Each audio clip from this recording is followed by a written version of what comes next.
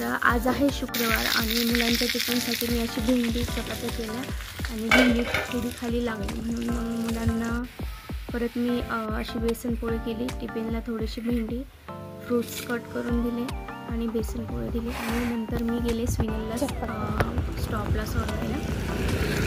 तर श्रीमईला घरात झोपून मी अशी पटकन जाऊन आले, तिला स्टॉपला सोडवली आणि हलकासा पाऊस पण येत होता. त्यानंतर गणपतीची आरती घेतली. भाऊजी ताई आल्या होत्या.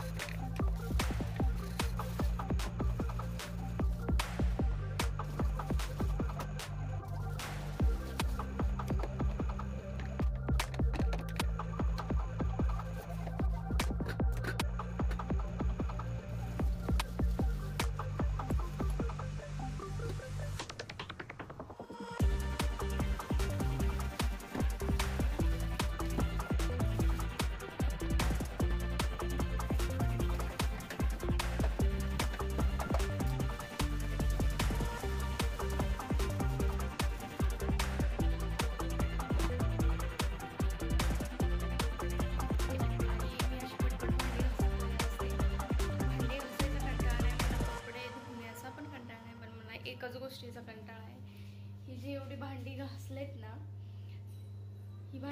ना, तर ही भांडी लावायचा मला खूप कंटाळा येतो.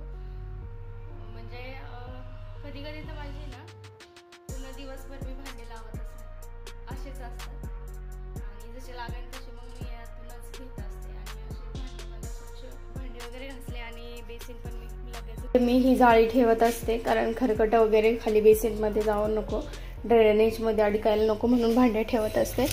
आणि माझी बेसिन आणि ही जाळी घासायची घासणी वेगळी आहे, ही घासणी आहे आणि भांड्याची माझी तिकडे असते. आणि रात्रीच्या भाजीसाठी मी असे मूग भिजवले होते रात्री, आता रात्री भाजी बनवायची याची. मशीनचं काम झालं आहे, आता कपडे सुकवायचे. सेमी ऑटोमॅटिक असल्यामुळे मला खूप वेळ लागतो, कंटाळा येते ॲक्च्युली मशीनमध्ये. असं वाटतं पटकन हातानेच धुवावं, पण बाकीची पण कामं आवरायची असतं, त्यामुळे कपडे मशीनला लावून दिलेले बरं वाटतं. मग कधीतरी झाले आहेत कपडे, तर आता एकदा पाणी सोडते आणि इकडे टाकावं लागतं सुकायला, त्याला वेळ जातो. आता मी सुकायला ही संध्याकाळीच टाकणार. आता 11 वाजून गेले आहेत, मला जायचं आहे पार्लरवरती. आज एक ऑर्डर आहे, तर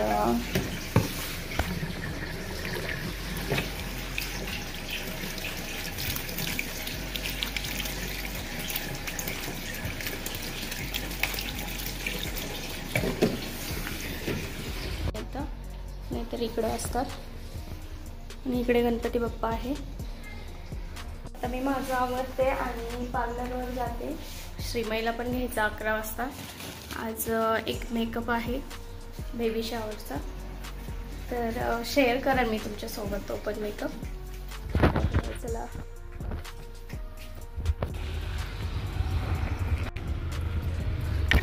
आता मी पार्लरवर निघाली आहे आणि रोडने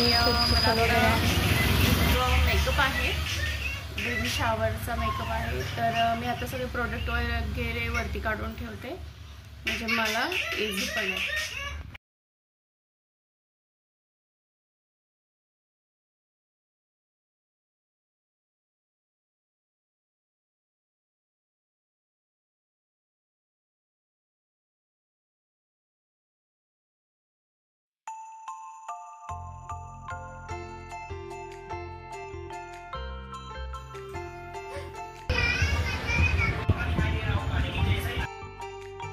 स्पायडर पाहिल्यावर मला खूप टेन्शन आलं, कारण मी आत्तापर्यंत फेअर स्किनवरतीच केले होते मेकअप आणि सावळ्या स्किनवरती हा माझा फर्स्ट मेकअप असणार होता.